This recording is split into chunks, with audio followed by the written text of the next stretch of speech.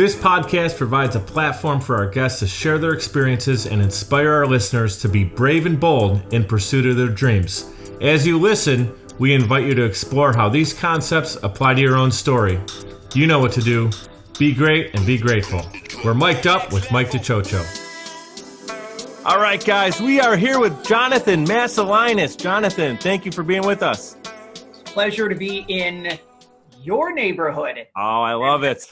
He's got the trolley, Mr. Rogers behind him. We're going to hear the backstory behind that picture. I want to hear where that came from. And Sure. you know, I know you're a big fan of the show, obviously. I mean, you got the trolley in the picture, but I know it means a lot more to you than simply a popular show that's now becoming popular again with the new movie with Tom Hanks as well. But I'm gonna hit on your bio for anybody who's not familiar with what you're doing currently, and maybe a little bit of your story as well and how you got to where you're at. And I wanted to share the reason that Jonathan and I are doing this podcast right now is he reached out to me on LinkedIn, correct? That was the first time we communicated? Correct, yep. And I want to say this. I'm going to use this as this opportunity that I've been waiting for a long time to get out on the air. I get hit probably 2-3 times a day from people soliciting how they're going to make me a multimillionaire in 3 steps or less. And all I got to do is, give my credit card number and I can take their training course. Jonathan did not take that approach with me. He was very professional. He did some homework on me. He mentioned that he saw the show I was doing and he felt that we had a similar background. He mentioned he was local. And then he also called me and we had this thing called a conversation on the phone. It was phenomenal. And he was very just genuine. And so I wanted to get that out as part of the thank you for you being on the show. Also, a big part of that is I just knew, your character shined through that first time we talked. So thank you for that. Thank you for your kind words. I really appreciate them. Received it warmly. It was refreshing. It was refreshing that there's someone that, you were interested in what we can do and deliver for the audience. It wasn't, hey, I want to come on there and tell you about something I can make some money selling or this or that. It wasn't about so much what you're doing. It's the impact you're making. And the more I researched it, and over the last couple of weeks, just to share a little bit more insight, Jonathan invited me to a couple events. Unfortunately, I had kind of a crazy 2 events. I wasn't able to make it. So 3 times a charm. We're making this happen right now. We are.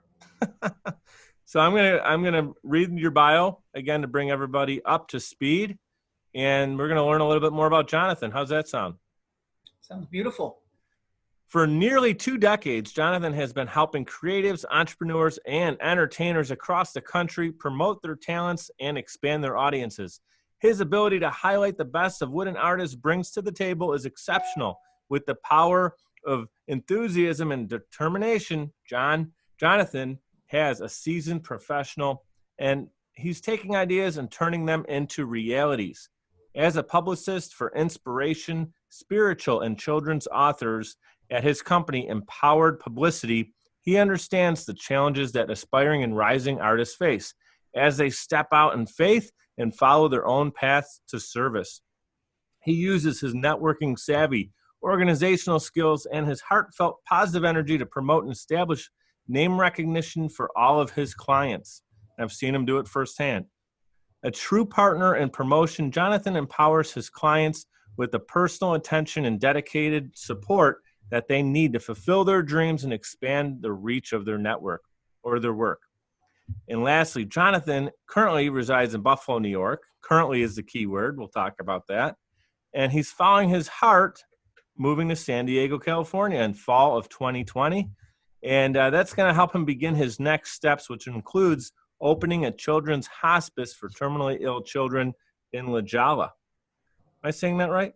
La Jolla. La Jolla. Okay, that's embarrassing. Some people might. That's embarrassing. I have cousins that live in La Jolla, and when I was writing their Christmas card, I was like, is this right?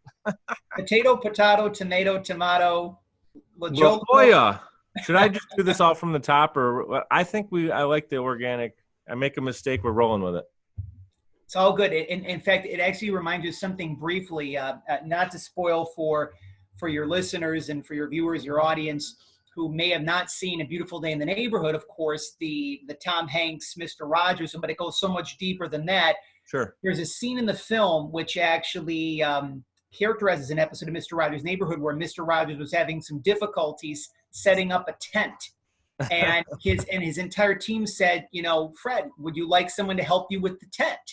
And right. He said, I feel it's important that we let our children know that, it's okay to struggle. It's okay to be able to, make a little mistake here and just kind of roll with it, so to speak. So this is kind of like, our version of Mr. Rogers setting up a tent. It's fantastic. I'm telling you, I'm all about it. I mean, obviously, if it was really, really a rough situation, rough take, I mean, then you edit around it. But my first episode with Jackie Roach, one of the things she talked about was being real and being transparent, in that people gravitate towards someone who's transparent. And if I just did this thing to be polished, and this is not about me so much as it's mainly about my guest, and it's really about the story that the guest can share that's going to inspire our listeners. And if that doesn't happen, there is no show. There is no purpose of my show. That's literally written in my mission. So before we continue, tell us more about Jonathan and how you were led to this particular business. What had you interested in the beginning? It's very interesting, Mike, because I've had many people over the past several years say something along the lines of, oh, what a cool niche you work with. Like, you work with children's authors, you help inspirational authors, you're of service to spiritual authors. And it goes, you may hear me use several different expressions that are very similar. Like, you may hear me use the word energy about a dozen times during the course of our conversation. This is the second or the third time that you're hearing me use the phrase that it really goes deeper. When people want to create businesses, some of the times it's just focused on what's in it for me. Yeah. And one of the old belief systems that many of us had for a long period of time, and I believe that I had that, even before I kind of came here this go around, was what's in it for me before how may I be of service. And we live in a very clear and transparent society right now. Many of us are sensitives, empaths, intuitives, and there's the filter that was there before is not the filter that's present as of right now. So people pick up on authenticity. People pick up on integrity. You can't fake things at all anymore. It's not the way that the universe works, right? So many of us would have different fronts, different masks, different veils to try to not be our authentic selves because of, fear of being accepted, fears of being loved, et cetera, et cetera. So if you would have asked me or shared with me, let's say, back when I was in college that I would be doing this work, I probably would have said, you're crazy. My backstory growing up, I wanted to be a sportscaster. I wanted to be Chris Berman. And around that particular point in time, I also began a nearly 30-year love affair with the world of professional wrestling and sports and entertainment. Vince McMahon's WWE. Wow.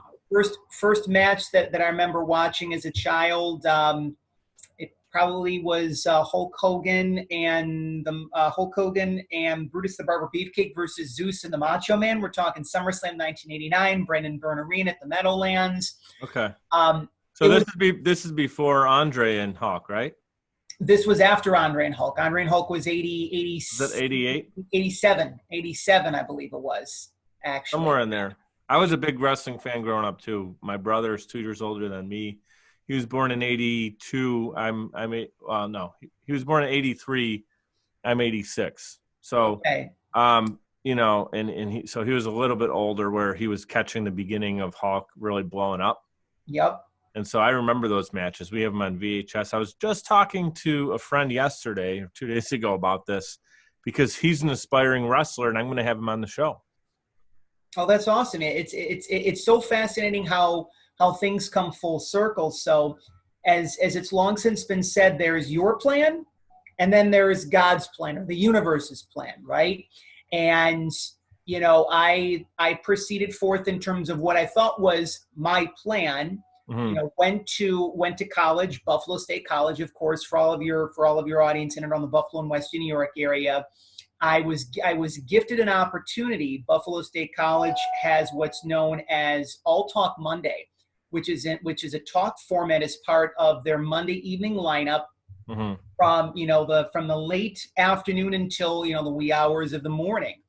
And I was given an opportunity by one of my friends and colleagues, Michael Kerwin, to host a 30-minute wrestling radio show. At the time, this is in February of 2002. It was called Big Mosh's Monday Night Mayhem. And this was before Facebook, Twitter, MySpace, Instagram. Notice how I threw in MySpace with Facebook and Instagram. It's like they all just kind of – this was before any social media network. Now you're dating yourself, Jonathan. Now you're really putting a tag in it. It was about grassroots. It was about you tell a friend, you tell a friend, you tell a friend. And I was very blessed and fortunate because in 2002, two of the major wrestling companies, Ring of Honor and Impact Wrestling, began operations. So we became a very popular show. And I was very blessed and fortunate to do the program at Buffalo State from the spring of 2002 through November of 2004. The show had actually transitioned at that particular point to where it became one of the first ever podcasts that was created. This was back in late November, December 2004, very beginning of 2005. This is around the time where it was not culturally acceptable to say, I did a podcast, because it was called internet radio. You might have basically been said, I'm worshiping Saddam Hussein, right? And that's how people actually took it. The impression that was being given off is, why isn't your show good enough to be on regular radio? Now podcasts are a very acceptable form. We're doing this on a podcast, right? Yeah. So the show continued to grow and to expand, and says it was very, very blessed and fortunate to travel across the country to go to 5 WrestleManias, ranging from Toronto at the Skydome all the way to the Staples Center in Los Angeles. But was that WrestleMania 6, Hogan versus the Warrior? It was WrestleMania 18, Hogan versus Rock. Oh, wow. Okay, that was Toronto as well? That was Toronto. That was March of 2002, actually. So I do believe that everything in life weaves together like a divine tapestry. And that you get to a point where, there may be times in your life where you wonder why certain chapters happen. But if you can express gratitude for every single experience in your life, you can really believe that everything weaves together like a divine tapestry. So I share that because thanks to my relationship with Monday Night Mayhem, I was introduced to Dennis DiPaolo, who very much has been not only a friend and a neighbor, but a trusted colleague and a mentor. He, of course, is the owner of the Elio DiPaolo's Italian restaurant here in the Buffalo area. He was the one who bridged my introduction to the folks at the then Women's and Children's Hospital here in Buffalo, now the Oshai Children's Hospital of Buffalo. Yeah. And I was introduced to the folks at the Child Life Department. The Child Life Department of a children's hospital provides emotional support and entertainment for children who are going through cancer, who are recovering from, who are going through dialysis treatments, and who are recovering from surgery. So they will bring in, I was the guy that would bring in the professional wrestlers to meet the kids and have, the big shiny gold belts on their shoulders or on their waists. And, that relationship continued to grow and evolve over time. If it were not for that relationship with Children's Hospital, I really would not have had the seeds planted for, the long-term vision for myself in La Jolla, which is the Children's Hospice, which blends the element of the Child Life Department, where you bring in authors, professional wrestlers, speakers, coaches, to be able to lift up the spirits of the children and their families during this difficult part of time in the child's life, to really create an atmosphere of being in heaven before going to heaven, right? So if it wasn't for that experience and that introduction to the folks at Children's Hospital, I would not have gotten the vision for the Children's Hospice in La Jolla. And also thanks to that particular thanks to my time at Monday Night Mayhem, it really laid the seeds for Monday Night Mayhem, because it laid the seeds, I should say, for empowered publicity. I always loved helping people to share their stories, just like you're doing in your own amazing and magical way, Mike. Thank you. I really feel that when we share our stories, when we help other people share their stories, that's when healing actually happens. So it was a wonderful relationship that I'm still blessed and grateful for. It's very interesting because it's a little over 6 years now since the final episode of Monday Night Mayhem. And I don't look back on it with malice or contempt or say, why did this happen? Because there was some difficult times during that point. Like I used to go by the Big Mosh. I went by my on-air name because the Big Mosh could get stuff done for people. You know, how many of your listeners and viewers are probably raising their hands right now and saying, well, you know what? People only like me. This is a story we tell ourselves. People only like me because of what I can do for them, not for me as a person. And you can kind of, you know, the universe is helping us to kind of, you know, weed out those people that don't, you know, like us and appreciate us for who we truly are. Hence what Mr. Rogers reminds us each and every day, that you're loved, you're special for who you are, not for what you do, not for, you know, the dollars in your bank account, not for the titles and the bells and whistles that you have, but for who you are. Right. But I'm just so grateful for that, because it really served Monday Night Mayhem, and, you know, all of those experiences helped to nurture and to nourish me to get to this particular point in time in my life. I'm sure that we could probably just spend another hour talking about that stuff, but you know, there's so much more than we're just, you know, literally scratching the surface. So how long did you do that? How long were you helping out with Children's Hospice? And you mentioned, you know, you were coordinating getting some of the professional wrestlers there as just a way to cheer the kids up and just have a magical moment for them. How long were you doing that? The relationship with Children's Hospital is actually now celebrating its 10-year anniversary. So it was just something very simple at first. Like whenever the wrestlers would be in Buffalo, I would do my part to facilitate visits where the wrestlers would be able to meet the kids. Shortly after my time at Monday Night Mayhem, and this was really a catalyst for myself, was the transition and the passing of my grandmother, which I had a very close relationship. I'm part Polish, 50%. So, you know, babcia is Polish, right? So she had passed away in August of 2013. That really was the catalyst for what I refer to as my spiritual awakening, where I began to look at life through a little bit of a different lens. It's kind of like you go down the same city streets, but they look different than what they actually did before. So shortly after that, I no longer resonated with wrestling in the way in which I did beforehand. So I actually began doing a health, wellness, inspirationally based and spiritually aligned radio show and podcast called So Luminous Radio.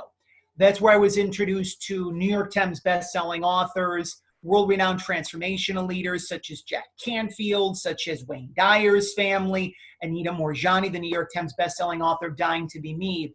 Bear in mind, at this particular point in time in my life, Mike, I was also going through a very deep healing. I was moving through some trauma as the result of, you know, the passing of my grandmother. So it's kind of like all these amazing souls were coming into my life, but I didn't know why. And around that particular point in time, as well, as when really the seeds were planted even further for my work at Empowered Publicity. One of the major book publishing companies in the world is a company by the name of Hay House, which is where Dr. Wayne Dyer worked with. It's one of the top inspirational, spiritual, and consciousness book publishing companies in the world. And they had events called I Can Do It, where they would bring in, you know, their top authors, their top speakers, and they would be having a series of keynotes and talks and things of that nature. So this was around, you know, I want to say March of 2014, if I'm not mistaken. Yeah, March of 2014. And I remember driving back on the QEW, and I said, again, I want to help people, I want to inspire people, but I don't know how. So I share these sorts of experiences because if there are viewers, if there are listeners of your podcast, followers of yourself and the wonderful work that you're doing, many people may question, how come I'm not at this particular point in time in my life? How come I'm not, you know, I'm not at the destination? Right. And it's so important that we enjoy the journey, because it's not about the destination. You know, you talk about being in La Jolla, right? Yeah. Well, what happens when I get to La Jolla? There's obviously other things that will be taking place as well.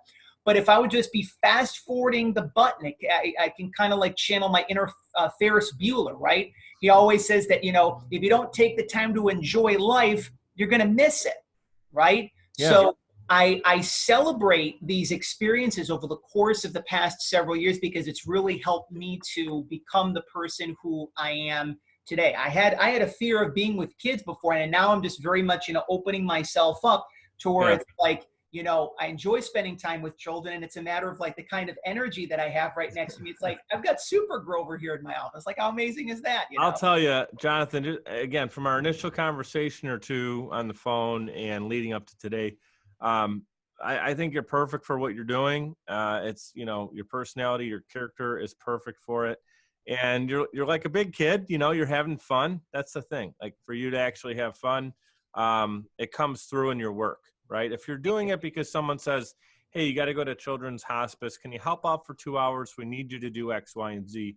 Or you're wrapping your head around, what can I do? How can I do it? And how can I do more of it? And people just see that light shining through you doing it for the good of what it really is and what it's all about. That, again, we talk about transparency. That's a big part of it.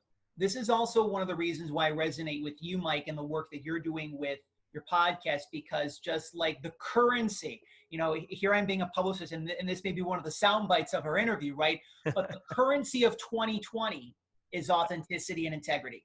Like, 2020 is a game-changing year for many empaths, sensitives, creatives, because this year it's about life purpose. It's not about screwing around. It's not about wasting time at all right now. So if you can be your authentic self, if you can open up your heart, if it's not a matter of always what's in it for me, and it's focusing more on how may I be of service while not losing yourself in the process, right? Because 2020 is also a year where we're entering into that next level of self-love and self-care, because in order for us to really be of that next level of service and to really do even more of what it is that we need to do, it's important that we, of course, nurture and take care of ourselves as well, too. Absolutely. I'm calling it the year of clarity, 2020, obviously the play on perfect vision, but it is a year of clarity. I have a lot of balls in the air. I'm working with LLS, and I'm going to be doing a 10-week campaign from April 3rd into June to help raise money for Leukemia Lymphoma Society. I'll also be president of West Seneca Rotary in 2020. I take the reins in July, late June, July. There's a lot going on in 2020, and a lot of it, people can easily look at me and say, dude, you're still early on. You're in your third year now, into your third year building a business, and they know, the massive dream and goals that I have that I'm chipping away at every day. And it would be like a beeline there. It's never really a beeline, let's be real, but it would be a more smoother sailing if I dedicated every breath to business and just cut that out. But then you'd be asking me to not be real and not be myself. And when something's tugging at my heart and I feel I really want to be involved, whether that's volunteering at my church, which I'm now getting into as well, from a technical standpoint, it's the things that make me who I am. And then when I feel I'm able to be in that mindset, and you feel good about what you're doing, you put 2 feet on the ground, and you can look at yourself in the mirror and feel good about that, then I feel like, when business starts to come to you and you meet people and you're having those conversations, interviews, or meetings, you're just coming across more genuine because you feel good about the place you're at.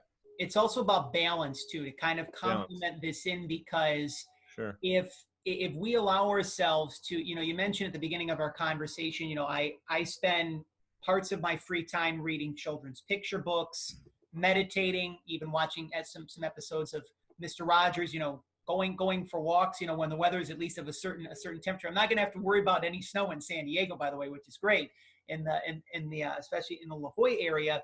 But it's about balance. Because many people that I'm sure that tune into what it is that you're doing through your program, through your podcast, through your platform, it's very easy. Like, again, when we're working, we can just be work. We can be workaholics, and for us to be able to thrive and to really enjoy life, it really is about creating that healthy balance, giving yourself some time for yourself, for nurturing your spiritual side, nurturing your inner child. To just, be. We don't necessarily have to be on all the time right now, as the expression goes. These are the things that will help 2020 to be an even more magical year. So true. Great sound bites there for sure. You're giving me a lot of content to edit. Here's the one I'm looking forward to. This question here, I have it highlighted here. What does it mean to listen to your heart? I noticed that in doing research on you, you have I don't know. It's a children's book spotlight series. Is that what you're calling How to Listen to Your Heart? Is that the name of the series, or is that a book you have coming out? Children's Book Spotlight Series is actually the program that I'm very blessed and fortunate to host every Monday at 7 o'clock Eastern, 4 o'clock Pacific, where I have the opportunity to interview children's authors and illustrators from all around the world, ranging from first-time children's authors all the way to New York Times best-selling children's authors.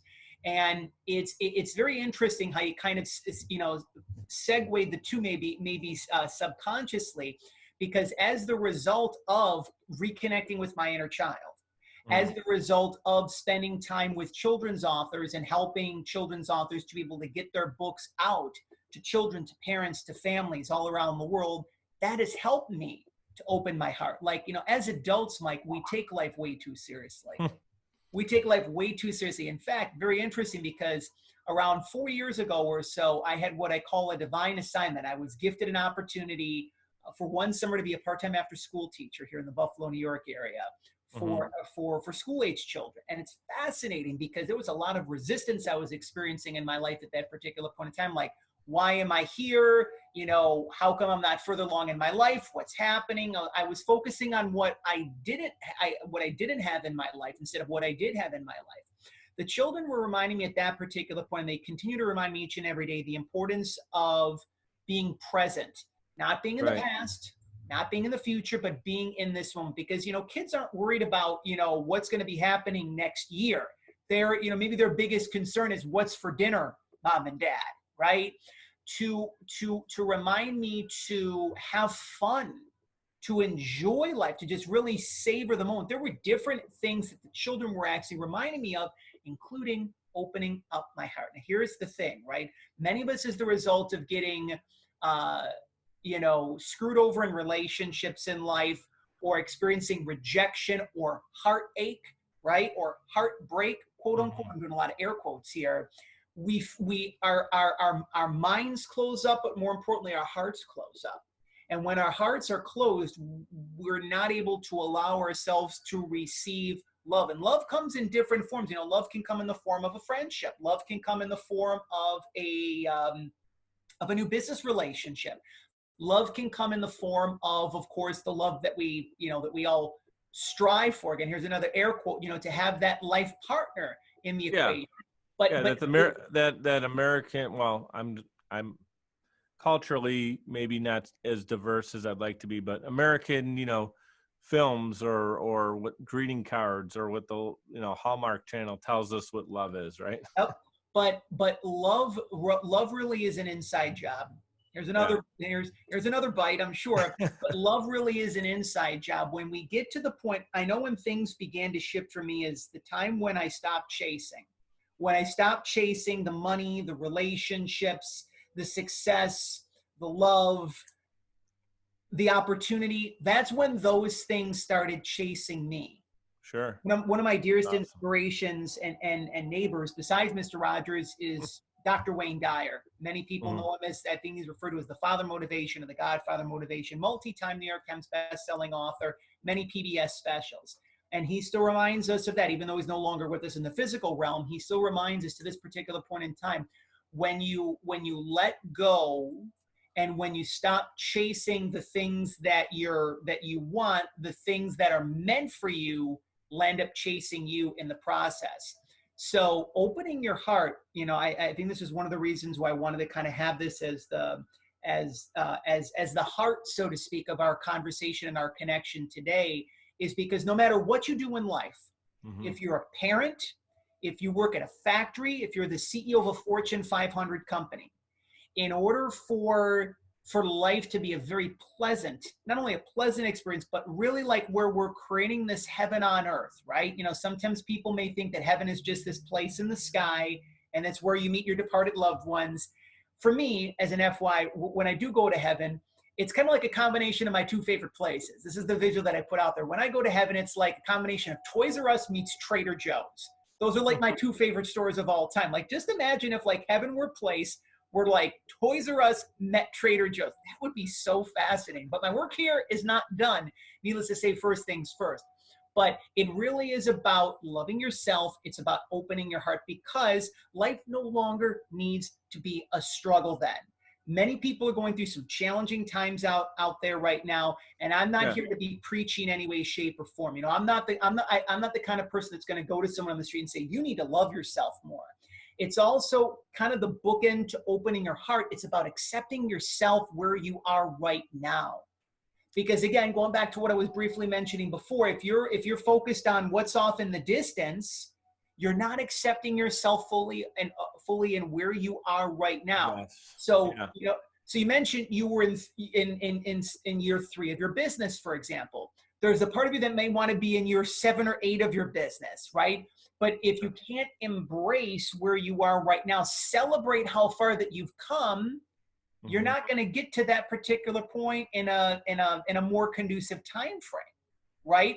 So I feel that no matter what it is that you do in life, no matter what your chosen path is that you choose to walk, the importance of following your heart is paramount. Yes, absolutely. And that connects to you having a strong passion in education for children. You know, what's in your heart is helping children. And obviously education's a big part of it.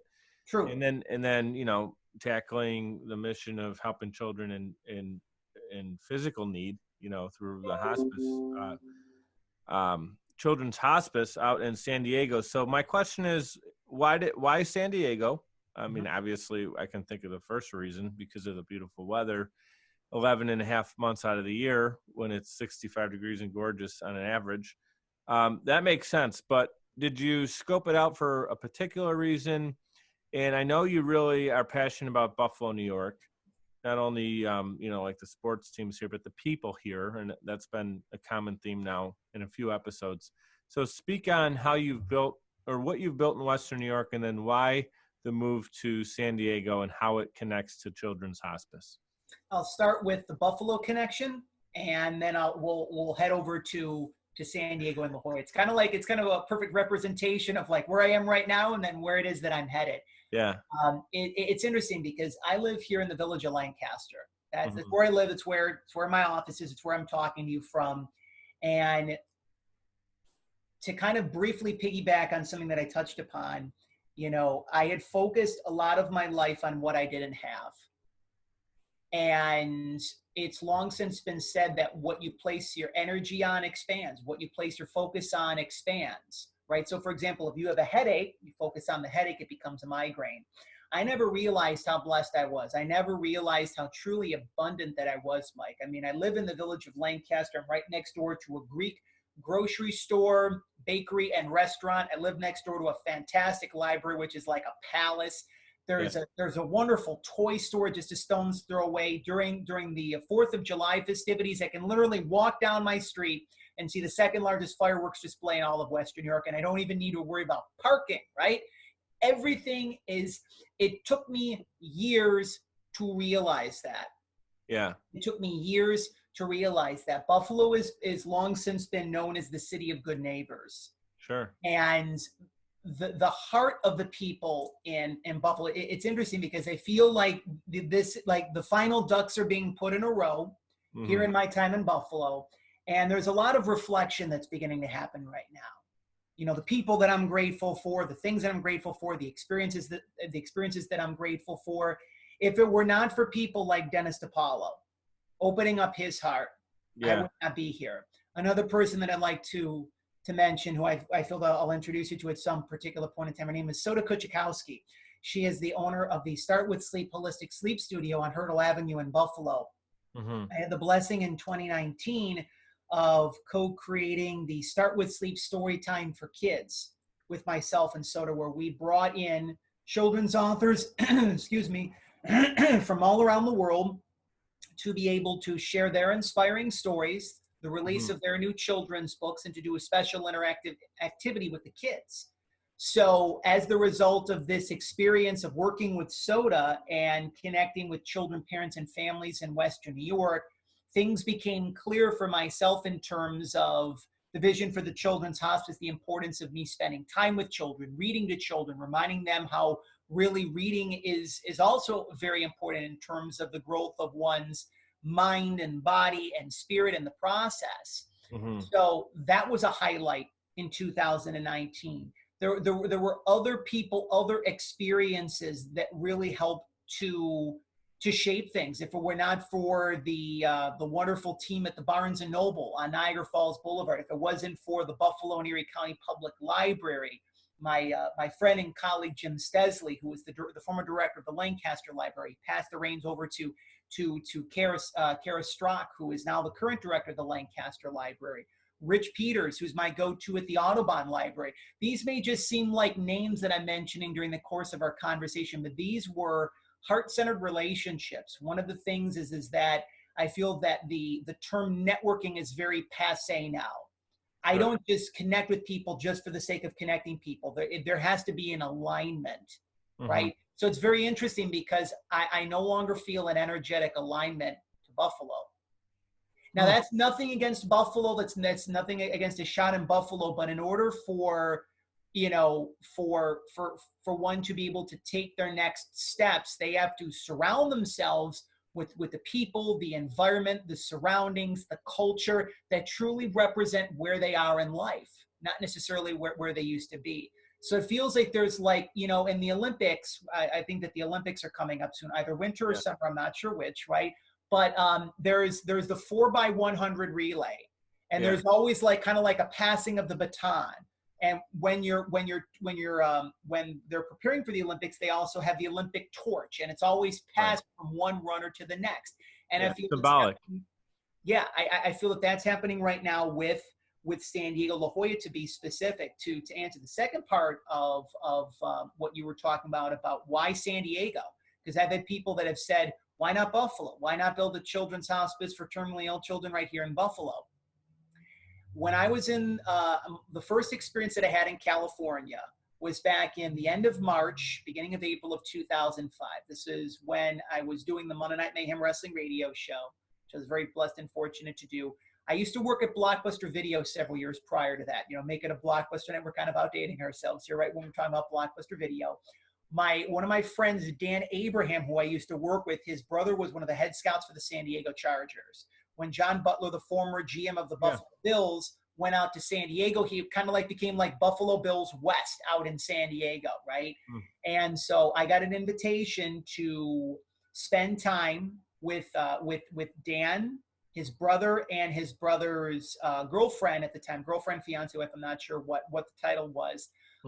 And we went to WrestleMania 21, which was at the Staples Center in Los Angeles. So we spent several days in Los Angeles, several days in San Diego, and overnight in Los Angeles. But that was the first it was the first time I saw palm trees. I literally had the greatest night of sleep in my entire life. Now, if I said to you, Mike, tell me the time in your life where you had the greatest night of sleep in your entire life, more than likely you probably couldn't mention it, because we had thousands upon thousands of nights of sleep in our life, right? It's been a while for sure. I took a picture. There's a place in San Diego called the Children's Pool Beach. It's this fascinating area where when you're on this catwalk, this like platform, which basically extends out almost into the Pacific Ocean, where you're at the very end of this catwalk. You can stretch out your arms and you can do your own Leonardo DiCaprio on the King of the World impersonation from Titanic. Surrounding me was families of otters and seals, baby otters. And I took this picture, and I don't know why I kept it. I kept it for years. After my grandmother transitioned in 2013, the call to California became louder. Now, at the time, I didn't know if it was LA or San Diego. I went back to San Diego. I went back to LA and San Diego, I should say, earlier this past summer in the month of August for 2 weeks, from August the 6th through August the 20th. And I asked for clarity to be revealed at that particular point. It was abundantly clear that it was San Diego, so much so that on my 38th birthday, I took this neighborhood trolley and myself and my heart, and I actually purposely stayed at the Grand Colonial Hotel, which is the closest hotel within a walking distance to Children's Pool Beach. It's right where the La Jolla Cove meets the Pacific Ocean. And I actually grounded the energies of the Children's Hospice on my 38th birthday. So I purposely, one of the things that Mr. Rogers is reminding us till this particular point in time is the word intentionality. If you do something, why are you doing it? What is the intention behind it? So I planted the seeds. I laid the groundwork for what would be my return permanently to San Diego in 2020. So within the next several weeks, on March the 24th or 23rd, I forget which date actually is, I'm actually headed back out to San Diego for 1 week. And while I am there, I am integrating myself with the energy and with the culture of San Diego, connecting with Katy Children's Hospital out in San Diego, connecting with some of the libraries out there. Of course, if you're looking for a place to live. But it's just a matter of one of the things that I can share with your listeners, with your viewers, with your audience, is that if you have a calling, if you are being called to do something, you have a choice. Kick, scream, and other sorts of expletives that you can probably add on to that, or follow that. Because it's not about the messenger, it's about the message. But now it's also about both, because in order for you to do what it is that you came here to do, you have to also fully embrace yourself in the process. So I just like to utilize myself. Every morning I do my part to wake up and have a conversation with God, kind of like that New York Times best-selling book series by Neil Donald Walsh, Conversations with God. It's a great read.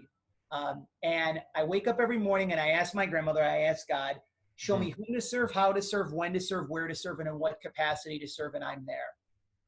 So if I'm being asked to do something, no matter how challenging it may be, I'm going to do it. Yeah. One of the things that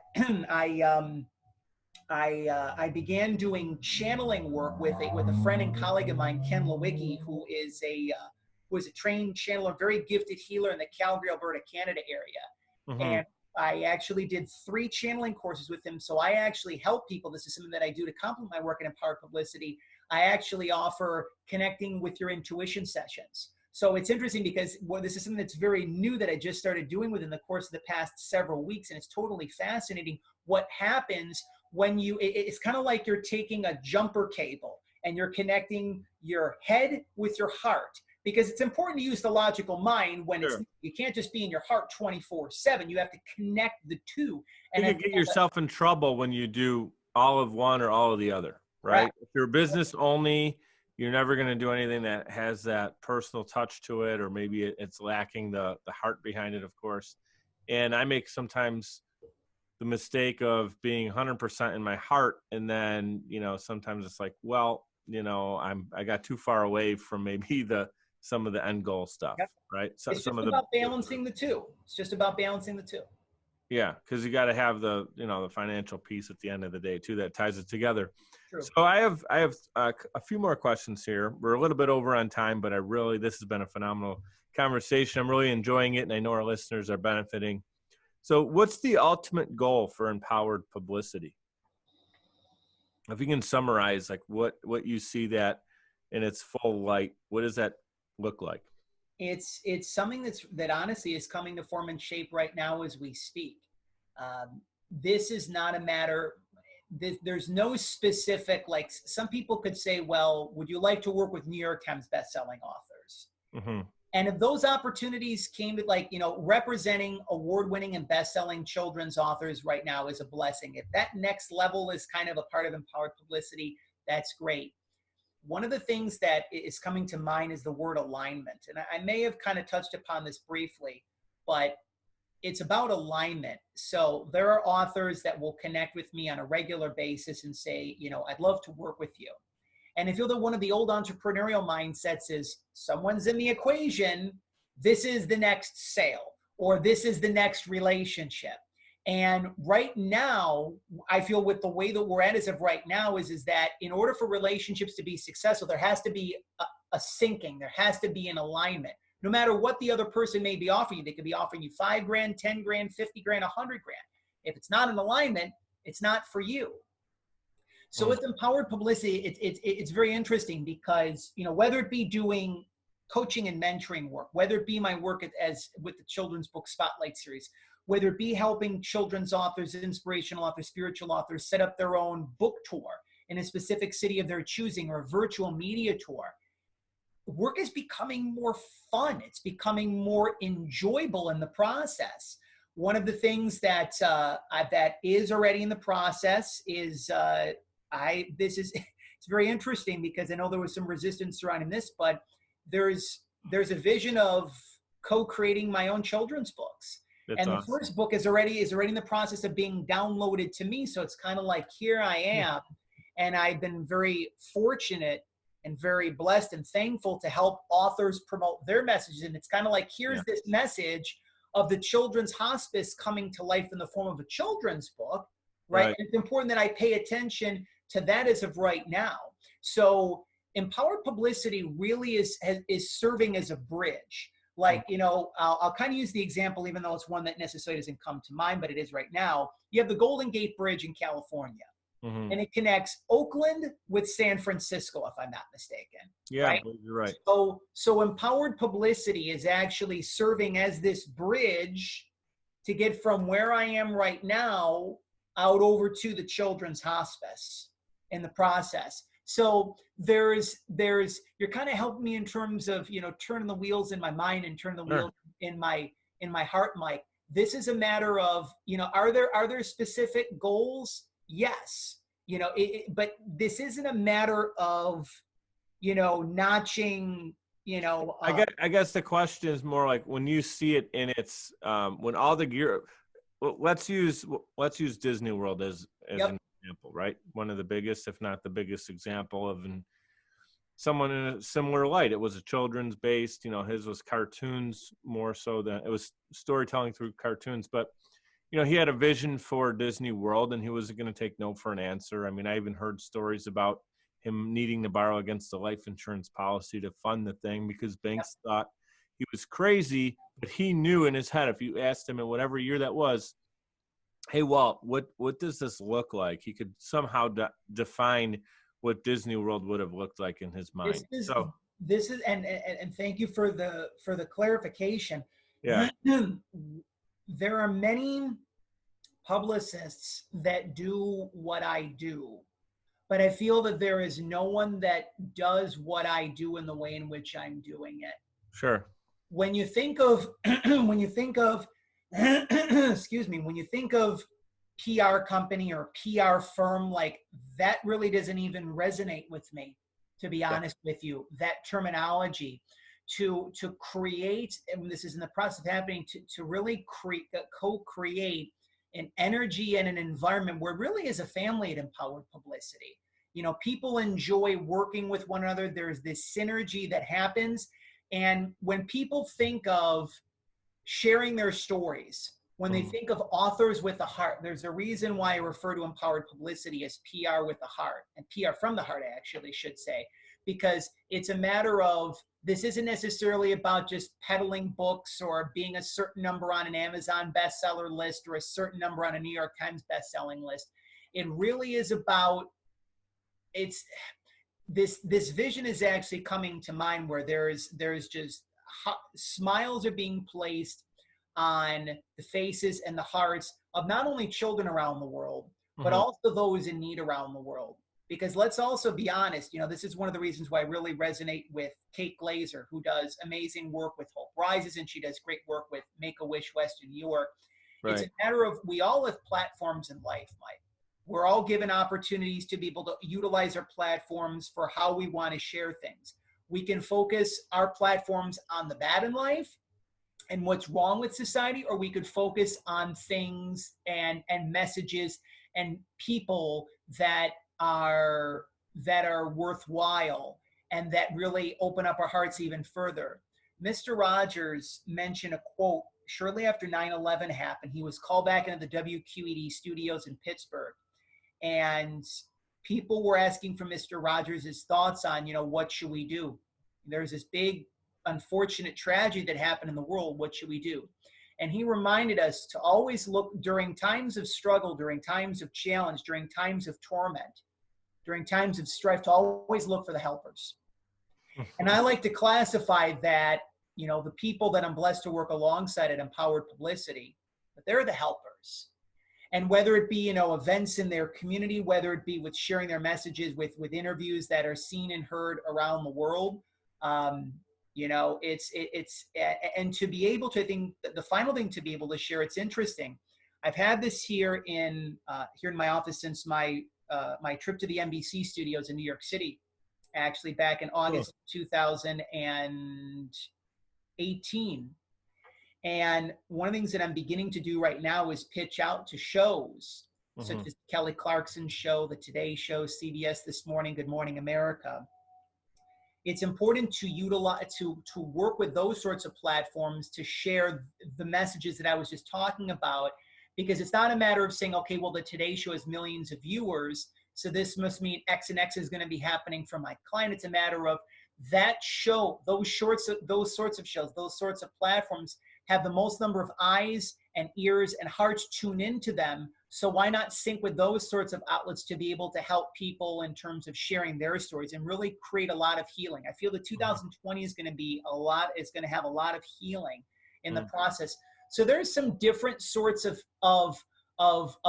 facets, and I feel that if you'd ask me that question probably in 6 months, more than likely there's even going to be a clear and more concise answer, because just over the course of these past, I'd probably say like year and a half to 2 years, the work has just started to become fun. So it's so like how you were talking about how you're in year 3. Yeah. And there's the part of you that would want to be in year 7 or 8. There's the part of me that's like, I'm in year 2 years and 1 month. So it's kind of like into the 3rd year. Yep. And so I just celebrated my 5-year anniversary with Empowered Publicity just a couple of months ago, actually. Cool. So congratulations. I appreciate that. So I'm just really excited, and I feel that this move out to San Diego is just going to be such a breath of fresh air and really helping to even bring a little bit more clarity, because you mentioned it, 2020 is the year of clarity. Not just because of the vision. Hey, speaking of what you're doing with Empowered Publicity and some of the authors you're working with, have you ever worked with Rosalind Cashmeyer? Rosalind, actually, she's just someone that came into my neighborhood recently. She was a featured guest on the Empowered Publicity children's book Spotlight series. We had the opportunities to talk about her new children's book, Pancho Villa, which is Pancho Power. Read. One of the things that I also enjoy about life, not just my time in Empowered Publicity, is that it's important to be able to help in the ways in which you are guided and called to help. So not everyone that comes into my life, I'm going to have a professional working relationship with, where they're my client and I'm their publicist, right? So, for example, like Rosalind's got such a tremendous message, and I felt aligned and called to be able to help her. Am I working with her in terms of a client-publicist relationship? I'm not. And there's nothing wrong with that in any way, shape, or form. I do my part to support people as I'm able to. One of the things that people have mentioned about my work at Empowered Publicity from afar is that, like, I'm kind of people's unofficial cheerleaders, so to speak. Yeah. So it's kind of like, I can do my part to, support people from afar. So I asked you the question because I met her at an event at the West Seneca Library and Community Center. Forget exactly what it was, but she was dressed up as, I think it wasn't Wonder Woman. It was actually Supergirl, I believe. Yep. It was kind of her alter ego. She's part of that alliance as well, but she has a couple books out that are phenomenal. Yep. I got Billy Buffalo's, what was it called? Billy Buffalo's Big Catch, I believe. Yep. And now Pancho Power, which I have not picked up yet. So when I see her next, which will be interviewing her for this podcast, she did agree to do the show. We're locking down a date in early 2020. I'm looking forward to picking up that copy. But Billy Buffalo's book is really cool too. Have you ever read that one? I have not. I've actually checked out the rest of the work that she's actually doing. When we were on the children's book Spotlight series, we placed the focus on Pancho Power. But one of the things I will say about Buffalo is that I used to classify, if you remember the Green Day song, The Boulevard of Broken Dreams, I used to classify Buffalo as that. And I feel that the energy of not only Buffalo, but Western New York has shifted, where there's growth, where there is expansion, where people are actually starting to do what makes their heart sing and not just necessarily do something because, they feel an obligation to doing it, or they feel that they need the 9 to 5 in their life, right? So I'm really excited to see that Buffalo and Western New York will be in a better place, as I head out to La Jolla than where it was, when I first incarnated here back in 1981. It's great. You see, some physical changes. You look at Canal Side, what Pagula's done, building the big hotel, what he's done to keep the Bills here, the Sabres. They seem to be doing anything they can to get better talent in both clubs. And now the shift you see, I don't know. I've only lived in Buffalo. so I don't know what it's like, but I can tell you, seeing players now actually talk about the cultures built both in both locker rooms, especially with Coach McDermott with the Bills. Players love playing here because they know how much it means for the fans, and a win is like just like so much higher to their, like, of course they want to win every game. Every player that plays any sport, you know, I certainly hope they'd want to win that game, but they know how much it means for the city. They get the playoff win, or they get the win in Pittsburgh, come back to the airport, and there's just fans covered all over the grounds at the airport greeting them, right? And I think players are realizing what this truly means to have a relevant team and to be winning football games in December. But you talked about, you know, so that's kind of the sports mentality, but the opportunity standpoint too, there's more to do here in Buffalo now than I remember when I was growing up. And as like a young teenager, you want to get out of the house and go do stuff. And there just never seemed to be good opportunities. It was like bar life, and that was it, you know? And when you're like 16 to 25, I was playing at some of the bars, playing, you know, as a drummer, but it wasn't necessarily like, hey, you got to come hang out in Buffalo to see what we have to offer. It's definitely shifting. There's a lot of cool businesses opening in the area. There's great people, like you mentioned, Kate Del Reed, who I've had on my show with 26 shirts, this Bills Mafia sign. He's the creator of the term Bills Mafia, which was kind of a accidental situation. Really cool story if you watch that podcast. He was just recognized nationally before the Sunday night football game in Pittsburgh. They did a whole segment on Bills Mafia because national media is understanding the importance of what this means to the city and how crazy our fans are, because we've been starved really for a good team for a while, and we appreciate it at a different level for sure. Let's wrap up with this. One message, if you can give one message to our audience to inspire them to be brave and bold in pursuit of their dreams, what would that be? Oof.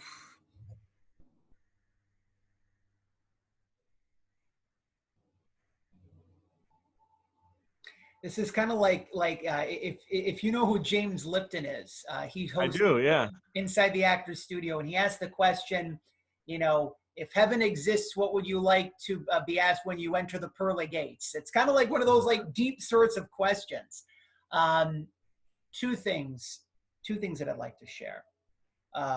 There's a quote that I have here in my office by A.A. Milne, who's the creator of Winnie the Pooh. Of course, everyone loves Winnie the Pooh, right? Sure. And I'm going to read it. Promise me you'll always remember you're braver than you believe, stronger than you seem, and smarter than you think. Say it one more time.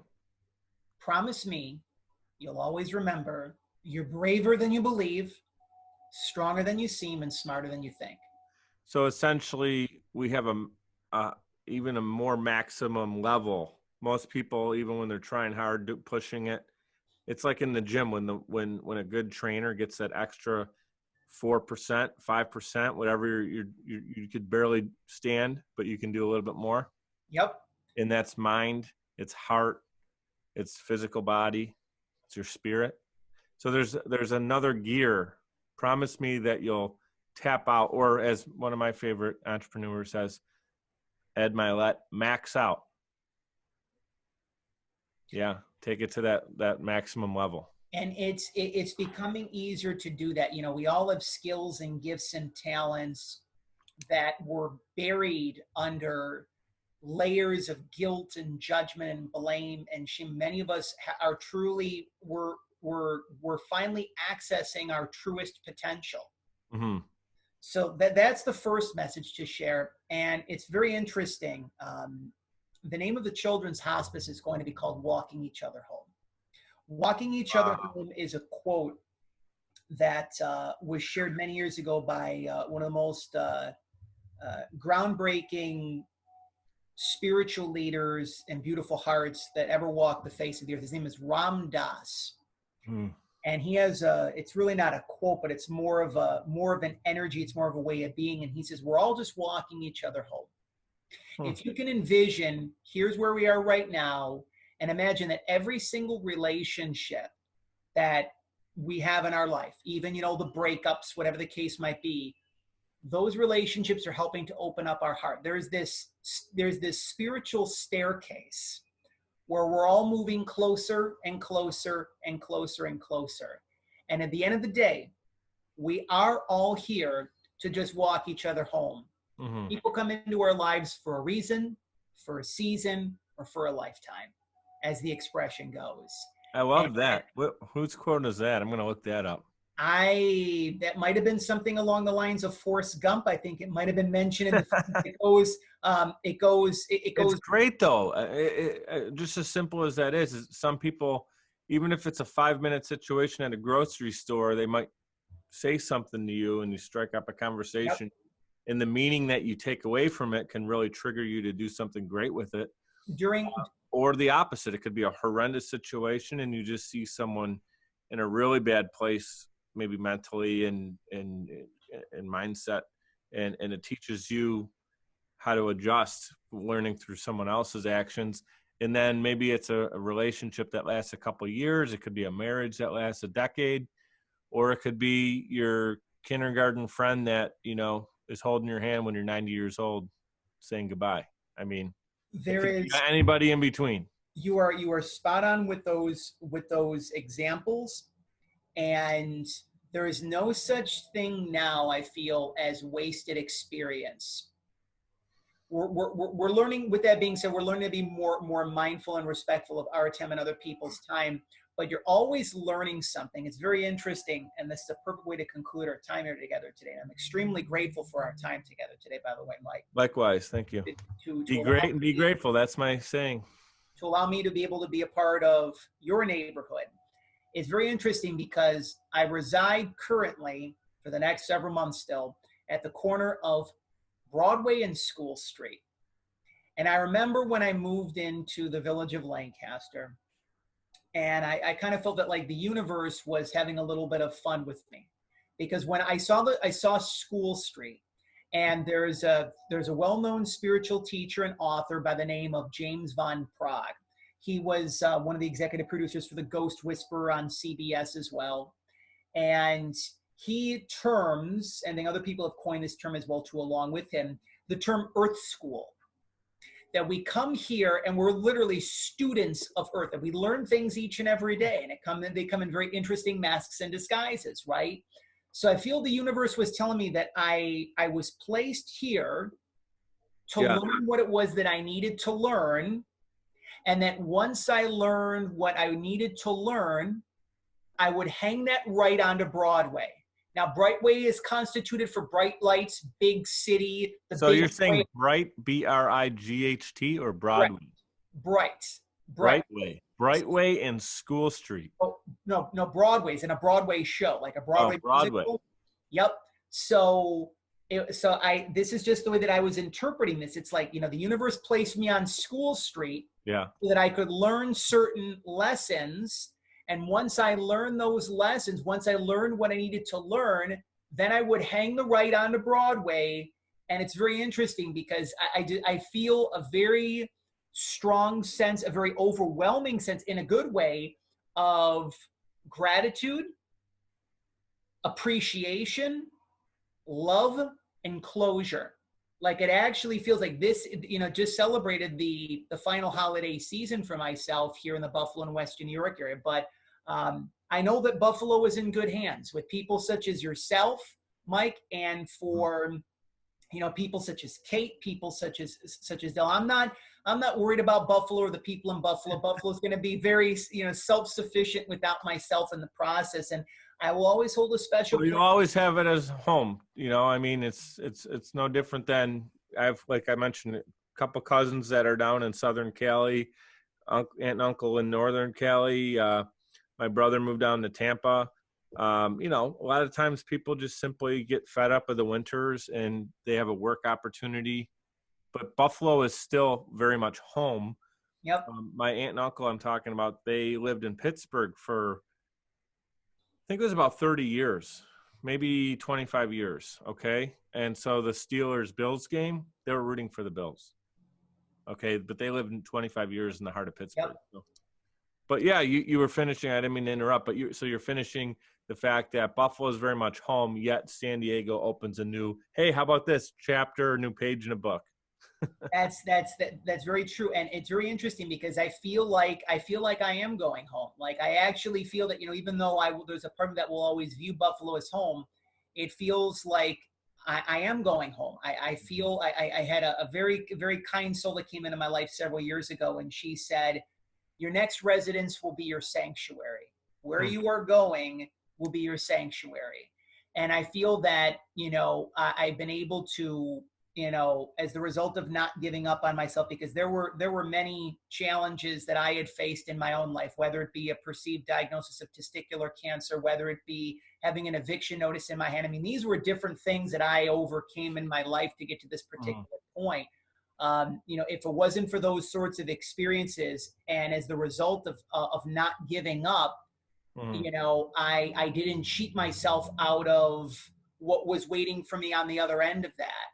Right. So I encourage any of your listeners, any of your viewers, any of your audience, if you're going also through a little bit of a struggle, a little bit of a challenge, know that this too shall pass, whether you're religious or spiritual, or you worship at the altar of Josh Allen. I crack in a Buffalo Bills reference, you worship at the altar of Josh Allen. There's probably some people that do that, right? Now, there's anything wrong with that. But just know that where you're at right now is only a part of your life experience. It's your current life situation. It's just a mere fraction, a mere glimpse of your overall life. And there's always something on the other end. Like, again, if, had I given up and I thrown in the towel several years ago, these wonderful things that are starting to happen right now, wouldn't be happening. But I feel it's time for me. Cheers to that, man. Cheers to that, for sure. I feel that it's time for me to catch that beam of light, hop on the trolley. Yes, sir. So I really appreciate the time, Mike, and seriously, continued success. And you don't even need luck. You're a very authentic individual. The people that you're attracting into your life, and this is one of the things that I also remind people of, is the fact that to really appreciate those people that provide opportunities in life, whether it be a small opportunity, whether it be that quote unquote big break, because at the end of the day, it's just really putting more good into the world. And we're all just you're helping to walk me home. I'm here to help walk you home. So I'm very appreciative of this invitation, and I encourage all of your audience to stay connected if they feel called and guided to do so. empoweredpublicity.com, Facebook at Empowered Publicity, Instagram at Empowered Publicity, Twitter at Empowered_PR. I'm assuming you'll probably include the little I'll have that. Little description below. But I look forward to continuing the dialogue and continuing this conversation with your audience if people feel called and guided to continue to learn more about Empowered Publicity in 2020 and to be a part of our neighborhood. Jonathan Masiulionis, listen to your heart and walk your fellow man or woman home. Right? That simple. What a great, I have a ton of notes here that I'm going to dissect and reread. You got a friend in me here, friend for life. Hopefully that's the game plan here. I don't want to just be someone that you learn for a couple minutes or an hour here on the podcast. What I'd love to do is I'm going to give you a challenge. I haven't done this yet for anybody. I want you to go out to San Diego. I want you to kick butt. I want you to get the Children's Hospice off the ground. What was the name of it again? Walking Each Other Home. It is Walking Each Other Home. I want you to get that up and running and established, and I'm going to have you back, whether it's on the show or another segment of the show, whatever it might be. Shine light on it. So I'm giving you the challenge. Go build it, and we shall meet again. I appreciate that. Hey guys, as always, a huge thank you for tuning in. Here are a few of my favorite takeaways from Jonathan's message. When he lost his grandmother, he was inspired to make a transition into a health, wellness, and spiritual podcast. The opportunity later introduced him to New York Times bestselling authors and world-renowned transformational leaders. That would have never happened if he didn't make that transition. Going through healing at the time, he realized it's important to enjoy the moment, embrace the change, and live in the moment. Too many people want instantaneous results, right? Think of a simple example like pouring water into an ice tray and placing it in the freezer. It takes time to turn into an ice cube. We want that ice right away, but we need to be patient. And even more intricate, if you watch the process, you would actually see a lot of small changes in the water over time until it transformed into the new version of itself. The same is true for us. Embrace the change. Another takeaway is that when you do what you love, it shines in your work, and I can totally see that with Jonathan and his work. Always be authentic and give without expectations of something in return. Lastly, I wanted to add that I went to see A Beautiful Day in the Neighborhood today, and doing this interview with Jonathan piqued my interest as he had the trolley in the beginning of the episode. You can see it if you're watching this on YouTube. And without spoiling it for anyone, if you haven't gone yet, I can tell you it's really well done. Tom Hanks is one of the best actors of all time, and the attention to detail in his character is one of the best performances I've really seen in a movie in a long time. And maybe if not ever. Just a fantastic performance by Tom Hanks. He does a great job as Mr. Rogers. And there's a great message at the end. And the message is this: if there is something in your heart that you would love to do or achieve, maybe it's your dream, do not wait for it to happen, make it happen. And I'm grateful for all you tuning into my podcast. Shout out to everyone who's been sending feedback. Appreciate the reviews and the messages that have been coming in on social media as well. I love you guys, and thank you for making this journey as much fun as it's been. I appreciate you helping spread the love. You can check out more show notes and information at miceduppodcast.com. That's MIKED uppodcast.com. Powered by Social Chameleon. You know what to do. Be great and be grateful.